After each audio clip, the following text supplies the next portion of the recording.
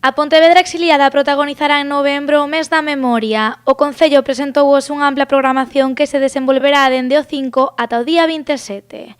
O primeiro acto terá lugar no Teatro Principal e nel a radio será o fío condutor. Este ano escollemos a radio pola importancia que tivo para a Galicia exiliada, fundamentalmente a que escolleu os países da América do Sur. No acto contaremos coa participación de dúas netas de exiliadas, a neta de Elisa Rosa Ventas Pintos, exiliada no Brasil, estará en directo no Teatro Principal, falaranos, chamase Elizabeth Ares Licer, e tamén teremos a Ana Paula Mejuto, que mandará un vídeo dende Bos Aires, onde emigrou en décadas atrás tras a súa avoa.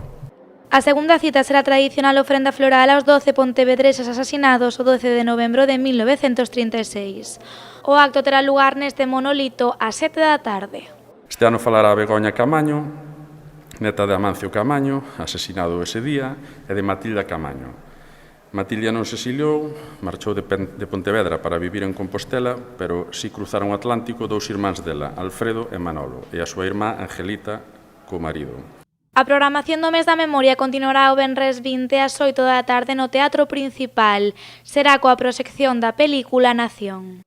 A película Nación, da directora Margarita Ledo Andión, foi rodada en Ponte Sampaio e o seu entorno, e está centrada na fábrica de louza A Pontesa e nas súas traballadoras.